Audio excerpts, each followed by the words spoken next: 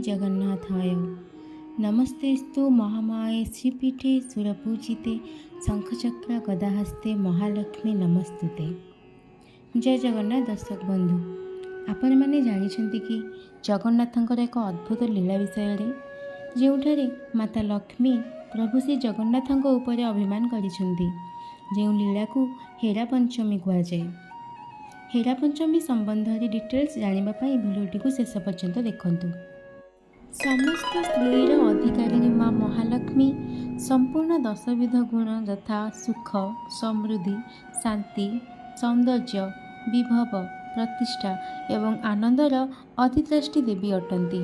तांकर उपस्थिति बिना सबकिछि जेपरि श्रीहीन हो जाए।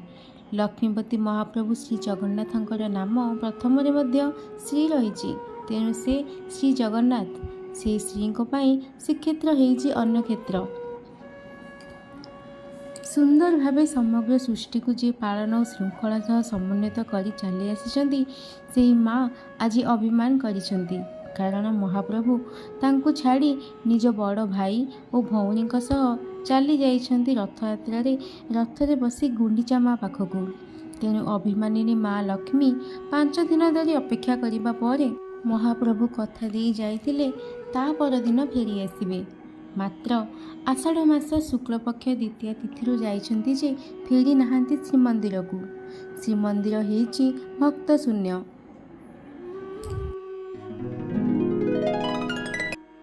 अभिमानिनी माँ महालक्ष्मींकर पर्व हेउछि हेरा पंचमी।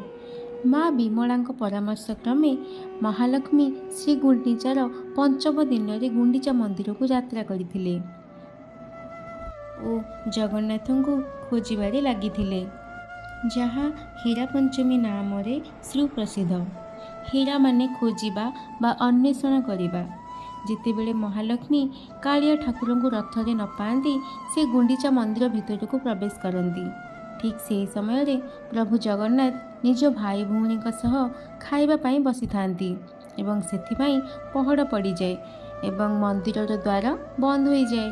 यह देखि माँ लक्ष्मी क्रोधरे चली आसती एवं बाहरी थिबा जगन्नाथंक नंदीघोषर रथर किछि अंश को भांगी दियंती।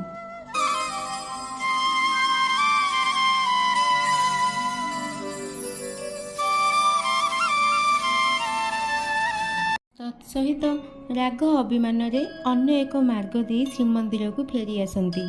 से मार्गर नाम हेउछि हेरा गौरी साई। यही हेरा गौरी साई नाम रे मध्य हेरा पंचमी नामटी प्रसिद्ध बोली परिगणित हुए।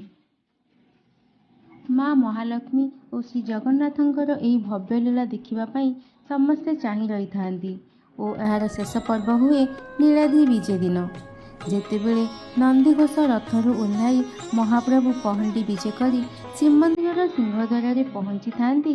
सेतेबेले यही अपूर्व मानवीय लीलार परिप्रकाश हुए।